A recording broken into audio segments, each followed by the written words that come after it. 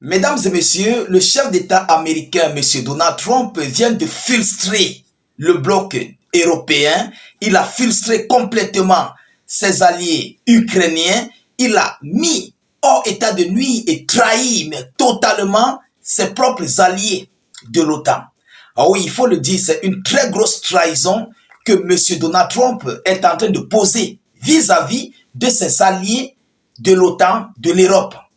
Vous savez que Washington fait partie de l'OTAN. Alors, normalement, M. Donald Trump devrait être du côté de ses alliés otaniens, mais qui a préféré d'être du côté de la Fédération de Russie. Alors, après cet échange téléphonique entre Trump et M. Vladimir Poutine, le chef d'État américain est sorti de son silence et il a mis complètement ses adversaires, bon, parce que moi je les considère désormais comme ça, malgré qu'on ne fait pas trop confiance à M. Trump. Vous comprenez? On ne les fait pas trop confiance. C'est avec pincette. Voilà. Alors, mesdames et messieurs, M. Trump a frustré et trahi ses alliés de l'Europe. Écoutez ce qu'il dit. Pendant que les Européens se qualifient, ou bien ils voient cet appel téléphonique bizarre. Oui, parce que eux ils disent que ce n'est pas normal. Cette trêve imposée avec des conditions. La trêve que Poutine a accepté, qui a des conditions, ils disent que ce n'est pas normal. Vous comprenez? Mais pour Donald Trump, c'est normal. Trump lui dit, il qualifie que c'est normal et l'appel s'est bien passé. Mesdames et messieurs, écoutez ce qu'il dit. Donald Trump qualifie son entretien avec Vladimir Poutine de productif et espère un cessez-le-feu total et rapidement. Ah oui, c'est une grosse frustration. Il a frustré ses alliés de l'OTAN, il a frustré le bloc européen, il a frustré mais totalement Volodymyr Zelensky. C'est une frustration. Mesdames et messieurs, c'est une trahison. Alors, on va aller dans les profondeurs. Mettez beaucoup de j'aime, j'allais oublier, et partagez la vidéoconférence partout à travers le monde. N'hésitez pas de mettre vos propres avis en commentaire. Nous aimerions bien vous lire ce que vous en pensez. Qu'est-ce que vous en pensez depuis vos positions géographiques? Alors, si vous n'êtes pas encore abonné, abonnez-vous. N'hésitez non plus de mettre vos avis en commentaire. C'est important. Mesdames, Mesdemoiselles et Messieurs, la conversation téléphonique que j'ai eue aujourd'hui avec mon homologue russe, M. Vladimir Poutine, a été très bonne et très productive. Elle a été très bonne et très productive, contrairement à ce que les Européens disent, que il faut que Trump dise vraiment ce qui s'est dit, parce qu'ils ne connaissent pas en profondeur ce qui s'est réellement dit, ce qui s'est réellement passé. Mais pour Donald Trump, lui, il déclare que ça a été très bonne et très productive. Alors, nous savons que ça a été productif en faveur de la Fédération de Russie, en faveur aussi, bien sûr, des États-Unis d'Amérique sur les intérêts américains dans ce conflit russo-ukrainien, soit du côté russe, soit du côté ukrainien. Washington aura des intérêts là, à coup sûr, on le sait bien, nous le savons. Vous comprenez? Malgré que nous voyons ce qui se passe, mais nous savons, Washington, c'est le business. Oui, ils sont pour le business. Tu leur donnes un bon business, ils sont avec toi. C'est comme ça les Américains. Mesdames, Mesdemoiselles et Messieurs, alors a déclaré le président américain sur sa plateforme Truth Social, selon lui, de nombreux éléments d'un contrat de paix ont été discutés avec le président russe Vladimir Poutine. Il dit, je cite, « Nous avons convenu d'un cessez-le-feu immédiat sur l'ensemble de l'énergie et des infrastructures, étant entendu que nous travaillerons rapidement à un cessez-le-feu total et en fin de compte,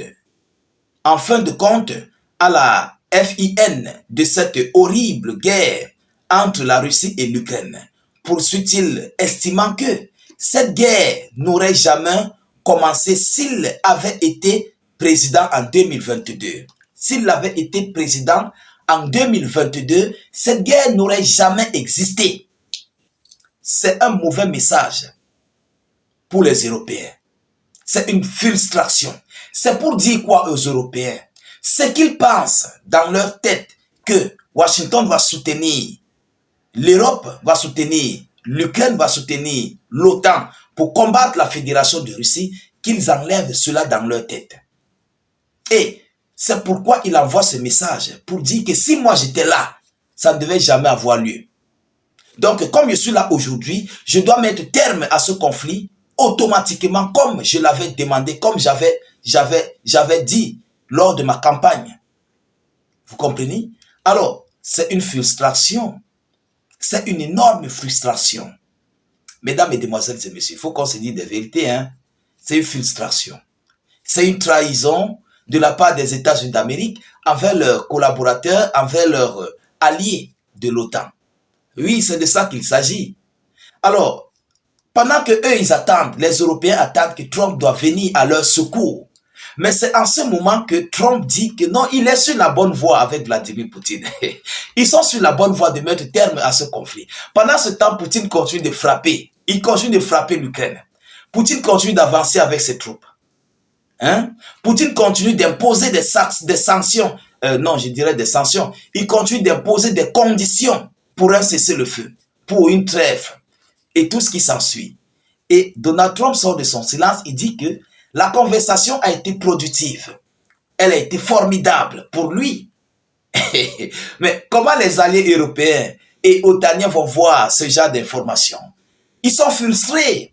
D'autres n'auront même plus le courage de s'approcher vers M. Donald Trump.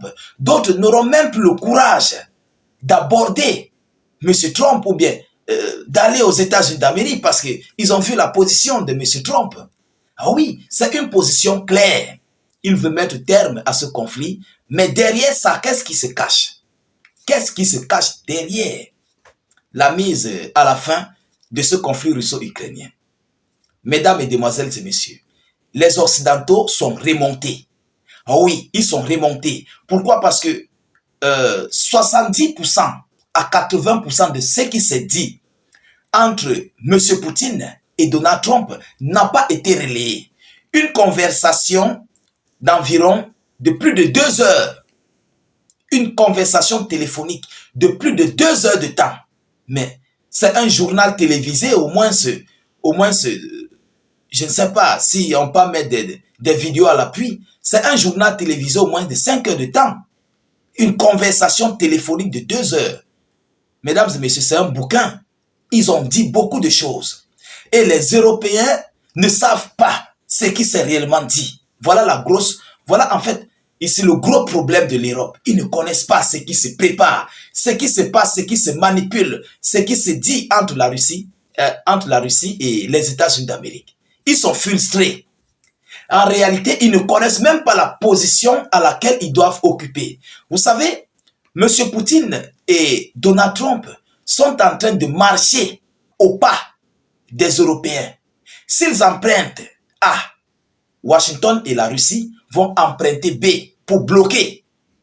Est-ce que vous comprenez? S'ils empruntent B, si l'Europe emprunte B, Poutine et Donald Trump vont emprunter C pour muscler encore plus. Et c'est ce qui se passe. On avait vu lors de la rencontre de Kiev, de l'Ukraine et Washington du côté de l'Arabie Saoudite, ils ont brandi la trêve. Mais après ça, qu'est-ce que Vladimir Poutine a pris comme décision? Après que l'émissaire américain est arrivé du côté de l'Ukraine et du côté de la Russie, qu'est-ce qui s'est pris comme décision? Poutine a musclé cette trêve. Et alors, maintenant, après l'appel téléphonique, qu'est-ce qui se passe? Poutine accepte la trêve, mais il met encore des conditions féroces.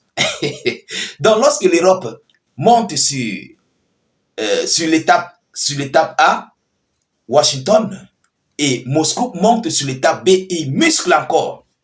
Incroyable.